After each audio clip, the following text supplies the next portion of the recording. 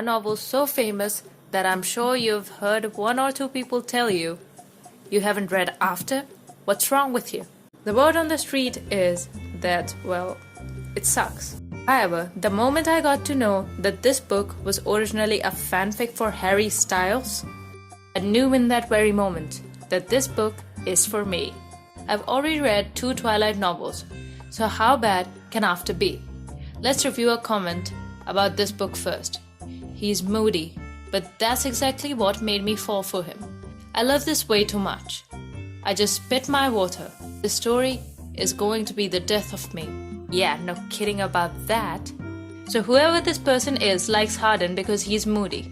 I'm no relationship expert, but being with a moody guy sounds like a huge chore to me.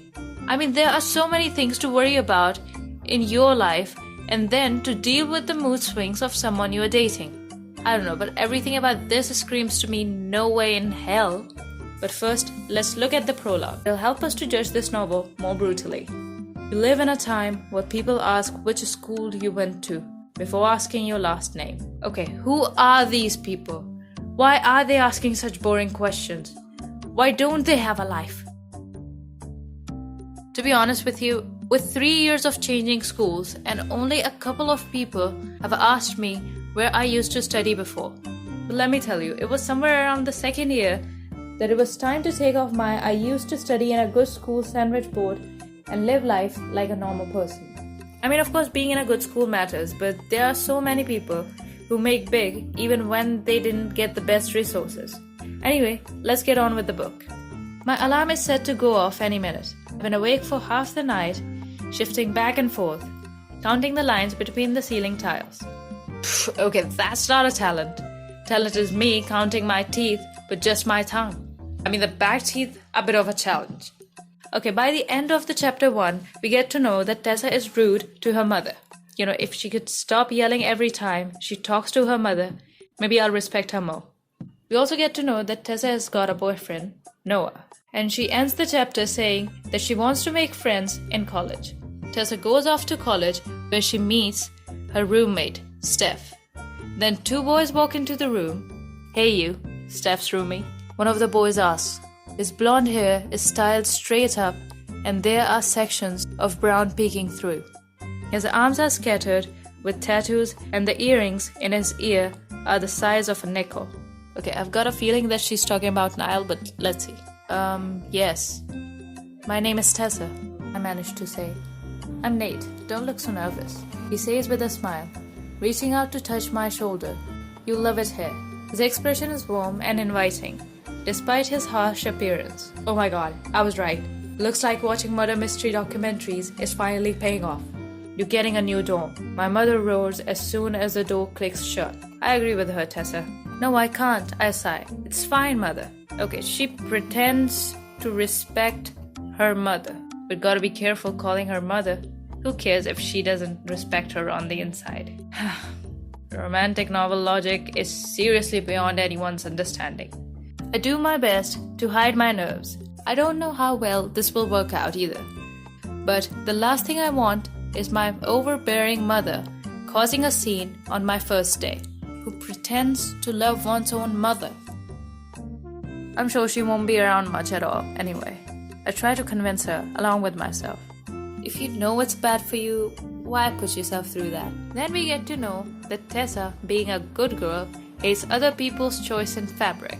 Then we have this. I would like to add a few things of my own to make me feel more at home in the unfamiliar space. No way, Tessa.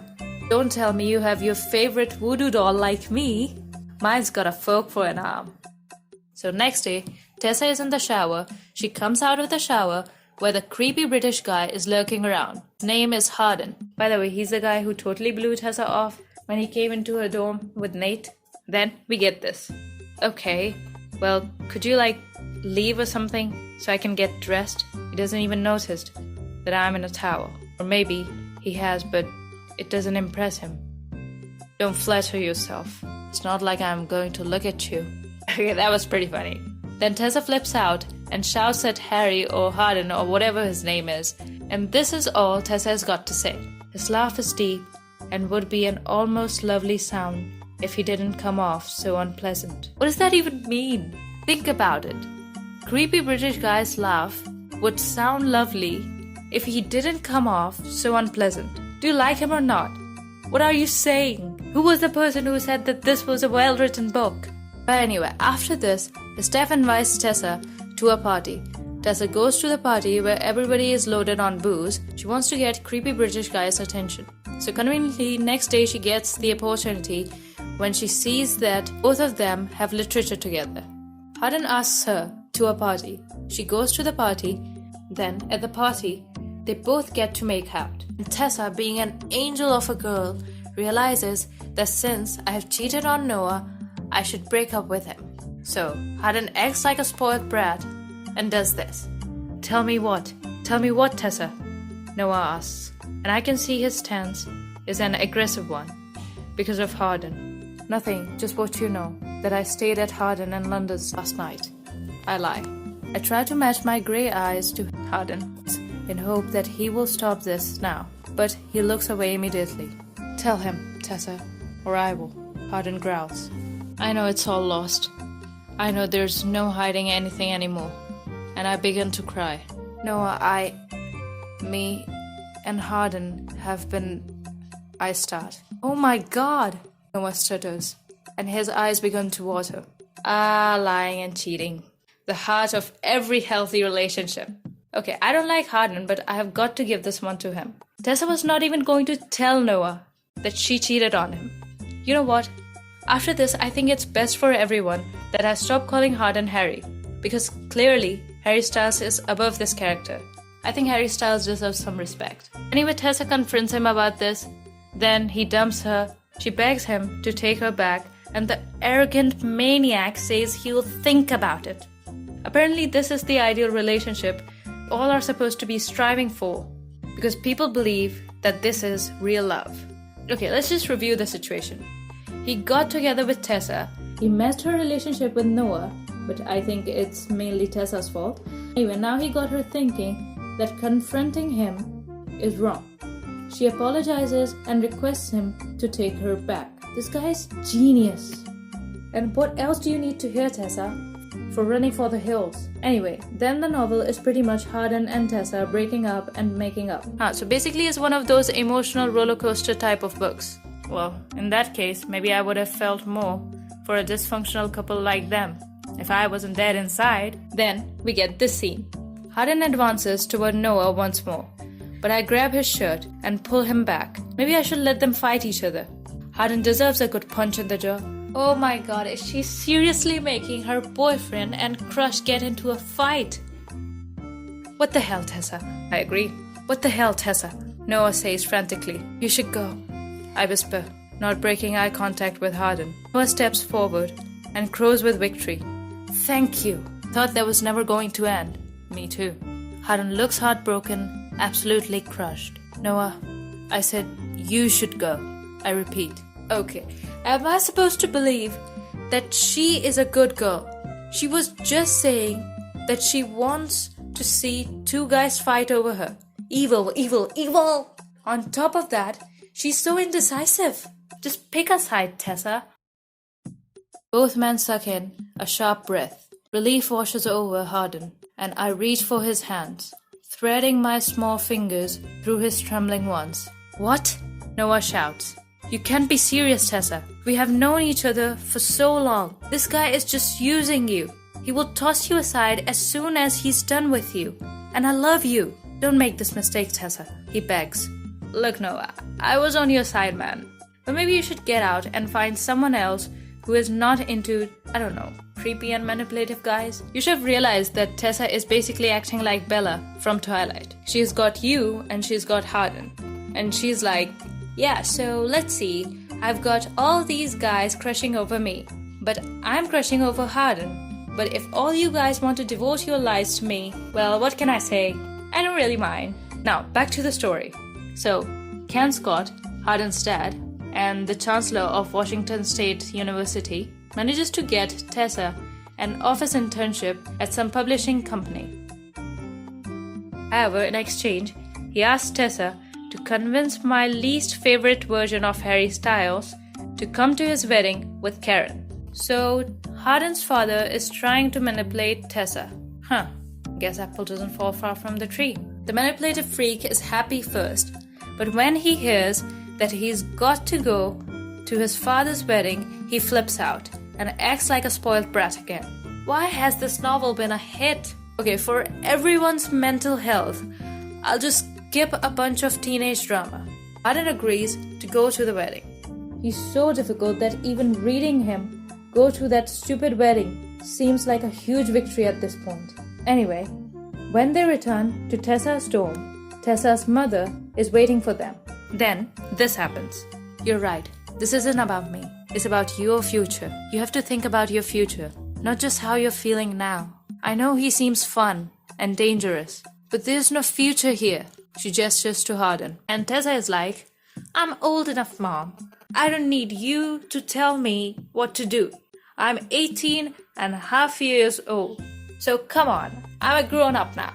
I mean, just last night, I watched a horror movie, but I didn't wake you up before going to the washroom. See, I'm all adult and stuff now.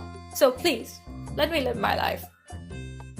Then, even after this, Tessa moves in with Hardin because apparently their relationship is so great, and if she tells him no, he might break up with her.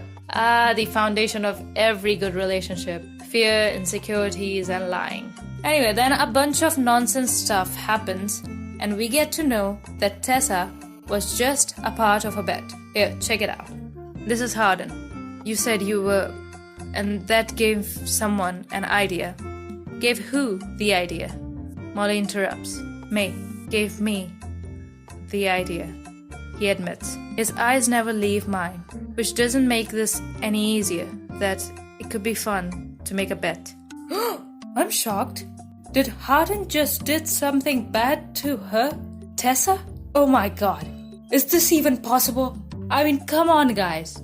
We're talking about Hardin here. The guy is so reasonable, never violent, so polite. Even when he told Noah that Tessa cheated on him, it was also such a heartfelt thing to do. Pressurizing Tessa to move in, that was also such a selfless thing to do. I wonder why only Hardin gets to be a saint. Why not us? What a humble and a true person Hardin is. I really did not expect that he'll do something to hurt Tessa. He's never done this before. I don't know how I missed this. After this, Hardin is like, I fell in love with you during the bed thing. Please forgive me. Irresistible. Okay, at this point, I bet even the pigeons would have figured out that what a manipulative jerk Hardin is. But you see, Tessa, this is what everyone was trying to warn you about. Your mother tried to warn you, Noah tried to warn you, I tried to warn you. So the joke's on you, really. Anyways, Tessa breaks up with Hardin and walks away with Zed. We all know who Zed is, but whatever. Hardin is left alone, and this is where the novel ends. Thank God it's over. I couldn't take one more second of reading that dreadful book. Okay, here's some advice nobody asked for, but here it is anyway. Like I said before in one of my videos, being with a sulky, brooding guy might seem like a good idea at first, but life will get real really fast when you will have to take some serious decisions with someone like them. They wouldn't want to discuss anything and they'll flip out every time you decide something. They will never realize the consequences of their actions. But I must say that if these two idiots got together in the later books, then I'm going to lose all faith in love and relationships. Wait a minute, what? No, really? They get together? So here's the moral, kids. Your actions have no consequences, apparently. Hi guys, what's up? So I don't know what I liked most about this book. Was it the abusive relationship? Or was it the kids unhinging their jaws like snakes to consume alcohol? Or was it Tessa straying away from the right path to chase some psychopathic guy? They're all so tempting, you know. But what I really feel is that Tessa was ambitious in the beginning of the novel. But later that thing kind of faded because she wanted to be with Hardin. So what's implied here is that it's okay to give up your dreams for some person who might or might not want to be with you. You know, it feels like we're supporting an abusive relationship in the name of true love in this book. So this book is basically the most cheesy garbage you'll ever read in your life. And like I said, it supports abusive relationships as something so romantic. Nothing can justify an abusive relationship, and this applies to both girls and guys. In short, my experience with After was dreadful. I wouldn't recommend reading this novel, but life is full of disappointments. So, if you want to read it or report it to Human Resources, I'll post the link in the description below, so you can check it out. But anyway, thank you so much for watching, everybody. Don't forget to subscribe, don't forget to ring that bell so you don't miss any videos from me. Follow me on Instagram. Let me know what was your favorite part of the video, or what novel I should do next, or just say hi, that's fine too. And with all that, everybody have a great day. I'll see you all next time.